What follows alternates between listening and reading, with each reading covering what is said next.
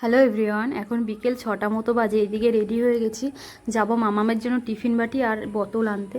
তো এই যে এখানে মামামের পাপা জুতো পরছে আর মামাম নাচছে, কারণ ও বাইরে যেতে খুব ভালোবাসে। বেশিক্ষণ লাগবে না এখান থেকে যেতে, আজকেও বাইরেই যাচ্ছি কারণ ভেতরে অত ভালো দোকান নেই। এই জন্য এই যে বিশালে চলে এসেছি। তো এখানে এসে আমাদের কোনো কিছুই পছন্দ হয়নি, মানে আমরা যেরকম চাইছিলাম সেরকম পাইনি।